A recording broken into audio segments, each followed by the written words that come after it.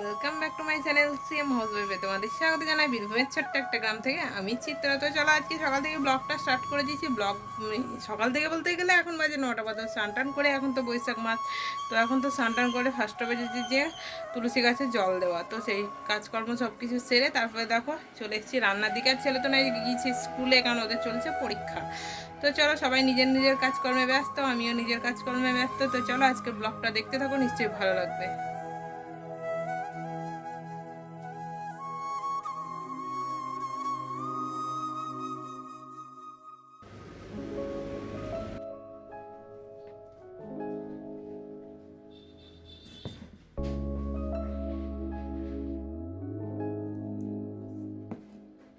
তো চলো একটু মতো খেয়ে নিচ্ছি ছাতু। এখানে খাবো যে ছাতু, একটু মতো ছাতু খেয়ে নিই। এখন ছাতুর টাইম, তো রান্নাবান্না কমপ্লিট হয়ে গেছে, তো একটু মতো ছাতু খাবো। তো ছাতুটা এমনিতে আমার খুব ভালো লাগে, তো সেই জন্য আর কি একটু মতো চিনি দিয়ে খেয়ে নিই। আর এটা খেয়ে খেলে অনেকটা পেটটা ভরা ভরা থাকে, আমাকে খুবই ভালো লাগে।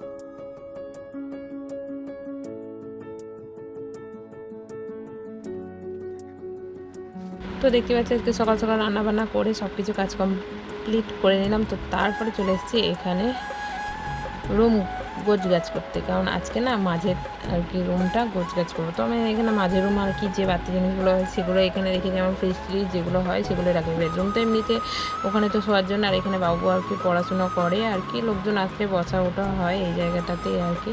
সেটা একদম বাবু একদম অগোছালো করে রেখে দেয়, কারণ পড়াশোনা করে ও কিন্তু বইটাই গুছিয়েও রাখে না। তো আমাকে সেগুলো করতে হয়। তো আজকে সকাল থেকে না সেগুলো না করে আজকে রান্নাটা একদম কমপ্লিট করে নিলাম, কারণ রান্না করা বিশাল ব্যাপার এই গরমের দিনে।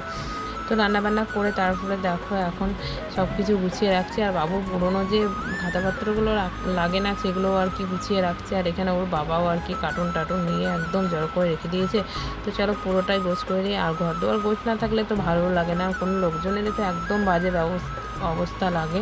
তো সেই জন্য আমি গোছাতে শুরু করে দিলাম, কারণ এই টাইমটা আর কি গোছানোর লোক জন্য খুবই ভালো। একদিকে ফ্যান চালিয়ে দিয়েছি, তো চলো গরমের মধ্যে ফ্যানের হাওয়া খেয়ে খেয়ে একদম সুন্দর করে পুরো ঘরটা গুছিয়ে নিই। আর এদিকে গোছগাছ থাকলে নিজেকেও খুব ভালো লাগে। তো চলো পুরোটা ঝাড় দিয়ে একদম গুছিয়ে একদম সুন্দর করে রেখে দিয়ে একদম ভালো। আর ঘর দুয়ার পরিষ্কার থাকলে নিজেও খুব ভালো লাগে আর কি। তো দেখতে পাচ্ছ আমার ছেলে এতটা দুষ্টু যে নিজে পড়াশোনা করেও বইটা গুছিয়ে রাখে না।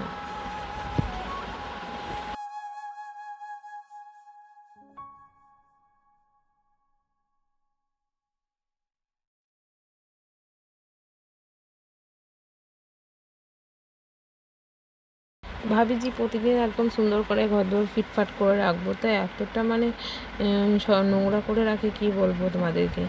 তো নিজে নিজে যতটা পারি ততটা পরিষ্কার পরিচ্ছন্ন করে রাখার চেষ্টা করি। আর প্রতিদিন তো এটা সম্ভব নয় না, সারা অন্য বাড়ির কাজকর্মও তো থাকে না। তো সেই জন্য মাঝে মধ্যে হলেও আমি আর কি পরিষ্কার করে রাখি। দেখতে পাচ্ছ কত কাগজ কেটে একদম খাটের তলায় ভরে রেখেছে। এতটা কি বলবো তোমাদেরকে, আমি বারণ করি তবু শুনবে না। তো চলো, ও তো ছোটো, ও তো করতেই পারে, আর এদিকে তো আমাকে তো পরিষ্কার করতেই হবে। তো সকালে তো একদম ঝাড়ঝুড় দিয়ে সব পরিষ্কার করেছি, ঝাড় দিয়ে, তো তারপরে এবার ওর জায়গাটা আগে পরিষ্কার হচ্ছে। তো দেখতে পাচ্ছ কতটা নোংরা বের হচ্ছে, কারণ প্রতিদিন পরিষ্কার করা সত্ত্বেও কতটা নোংরা বের হয় বাড়িতে, সেটা দেখো।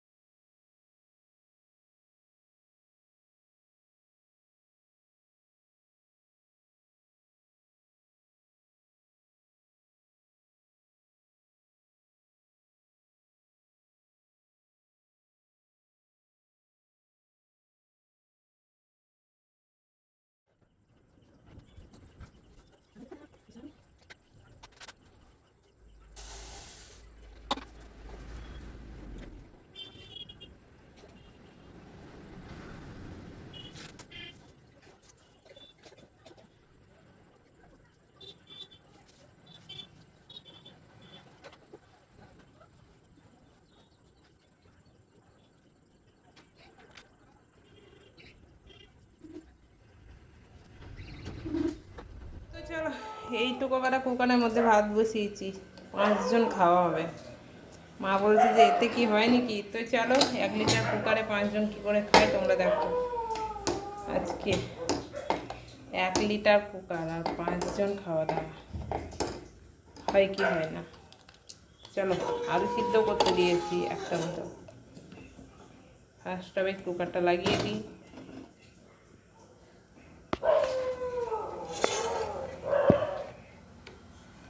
1 লিটার কুকার এর ভাত 5 জনে খাওয়া দাওয়া হবে। কীভাবে রান্না করে খাই সেটাই তোমরা দেখো। তার মধ্যে আলু মাখা বানাবো, তো আলু দিয়েছি একটা মতো। তো চলো ভাতটা করে নিই। আর এদিকে বর খাবে চা, বরের জন্য বানাবো চা। তো প্রচণ্ড গরম, চুল একদম উলট করে বইকালে মানে চুল আছে একদম রেডি হয়েছিল, এখন অবস্থা কাহিনী। তো চলো, আজকের মতো ভিডিওটা এই পর্যন্ত। যদি আমার আজকে ছোট্টখাট্টো অনেক দিন পর তোমাদের একটা ব্লগ দিচ্ছি, তো যদি ভালো লেগে থাকে তাহলে প্লিজ প্লিজ প্লিজ বন্ধুরা লাইক কমেন্ট শেয়ার করে দেবে। টাটা, ভালো থাকবে সবাই, সুস্থ থাকবে।